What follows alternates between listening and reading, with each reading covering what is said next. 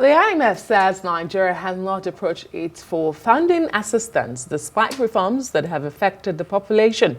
Our business correspondent Roto Zoduri asked if an approach had been made amidst the ongoing reforms in the country. The IMF African Department Director Abebe Amro said the institution stands ready to assist if Nigeria steps forward with a request. Any other questions on Nigeria? Okay, gentleman in the middle, purple tie. Thank you. Roto Sodiri with Arise News.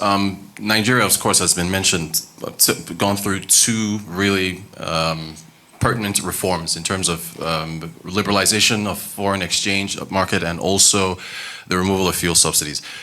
Considering that when the IMF does extend facilities to countries, it does request that certain reforms have to take place in terms of reducing subsidies. So since Nigeria has already done that, there has been some talk around Nigeria approaching the IMF for funding. Again, this is within business circles, not at the government level. I just wanted to get some kind of statement from the IMF in terms of whether or not Nigeria has approached you and you know, what that would entail. Thanks.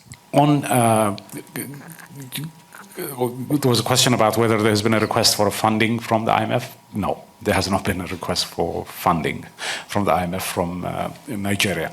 But to just be very clear, you know, this is also a question that has come up in the context of some other countries. You know, if and when countries turn to us, we hope that they do so having, you know, very clear plan of how they want, you know, what kind of economic reforms they want to pursue. And turning to us would be a way to help reduce the funding costs that they face, as I said earlier. It's the right of every country that's in good standing with the IMF to borrow and have access to the concessional financing that we provide. So, but there is no request for funding from Nigeria at the moment.